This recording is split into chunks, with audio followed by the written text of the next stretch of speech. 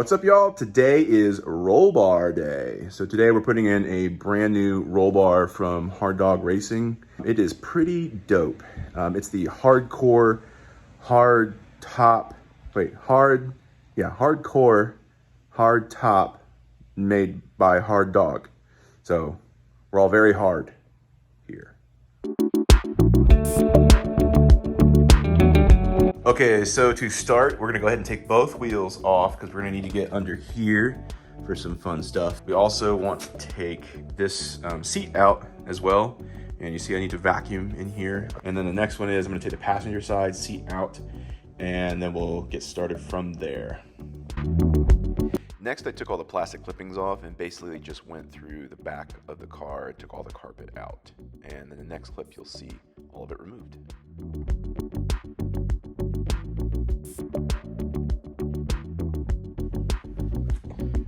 All right, next we are gonna take out all these 10mm bolts. Every single one needs to come out. So now we're gonna get started on that.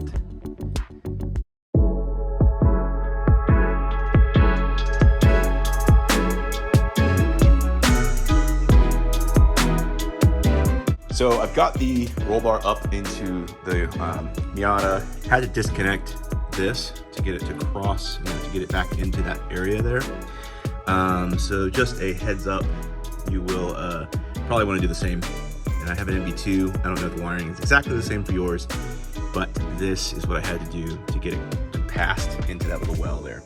On the flip side, also, I think that I might have accidentally cut a little wire. So that's a fun little thing right there that I might need to fix. So that's where we're at now. And then next, I think I need to cut into, back here, you can't really see it, but I have to cut into that so that this can go all the way back that way. So I'm going to try to film that as best I can, but that's it for today. I'm going to the pool with my daughter, and then tomorrow or maybe this weekend, I will continue.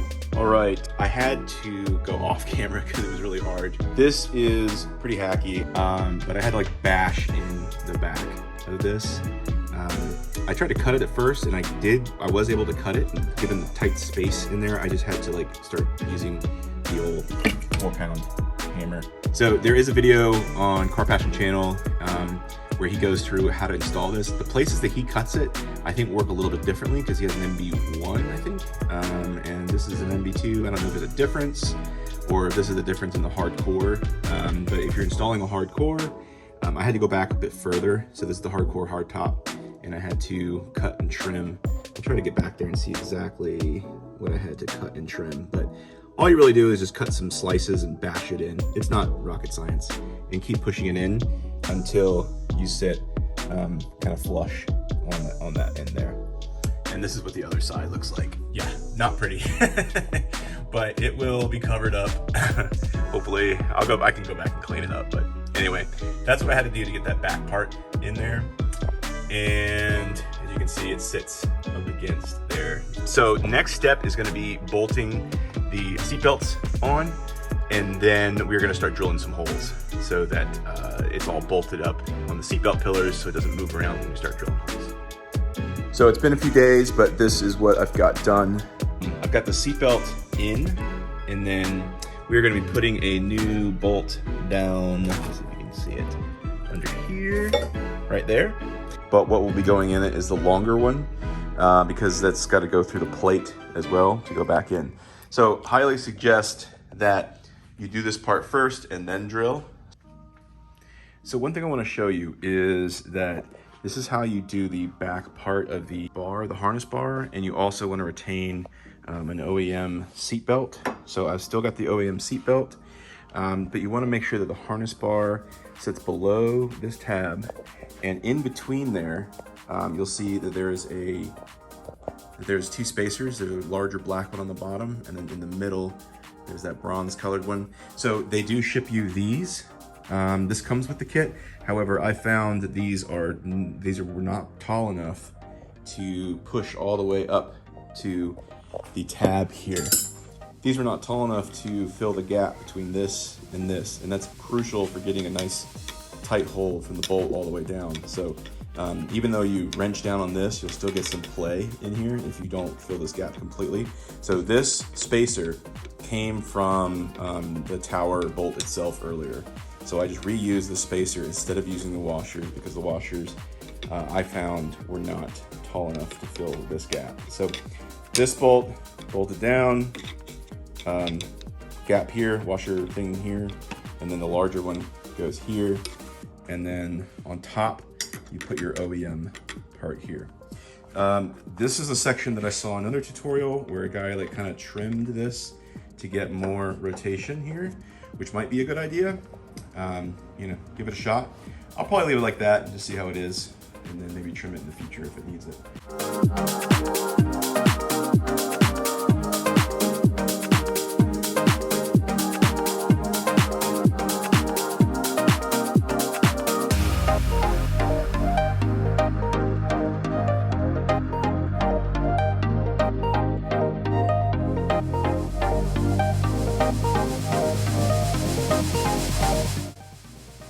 So you're probably wondering, how do you drill those holes if there's not a lot of clearance here, and how do you drill all three?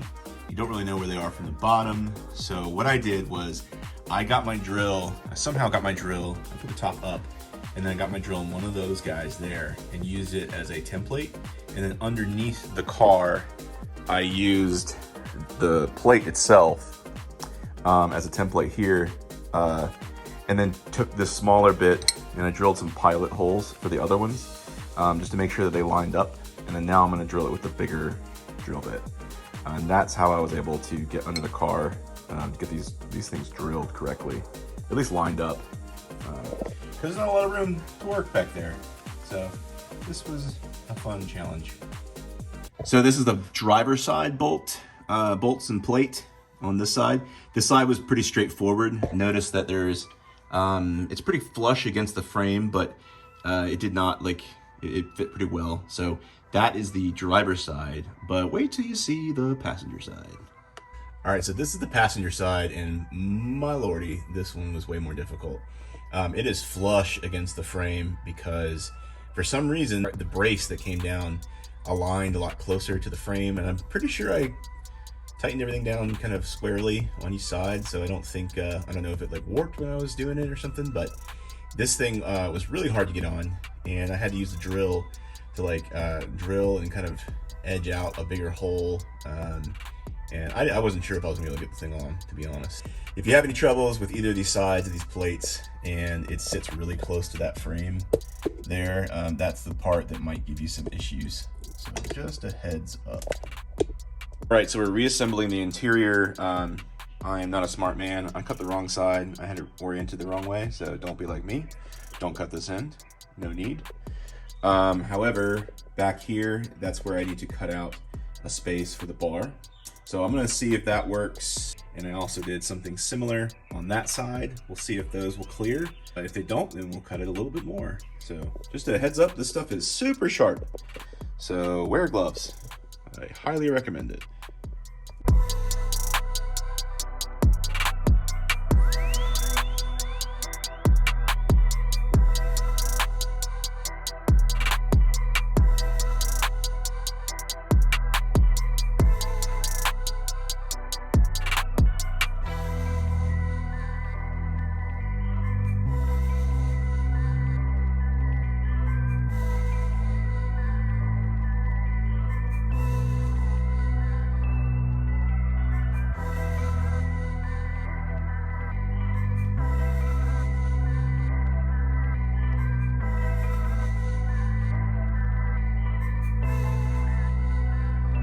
So I did run into one complication of putting the interior panels back in. I knew I'd have to trim these, but there is, it is hitting the bracket here, and I've identified via scratches where it's actually hitting it. So this is an interior piece that I'm gonna have to trim down there. This is the part that I've trimmed so far, which I think will work, and it's nice and like flush and even with the seatbelt holes.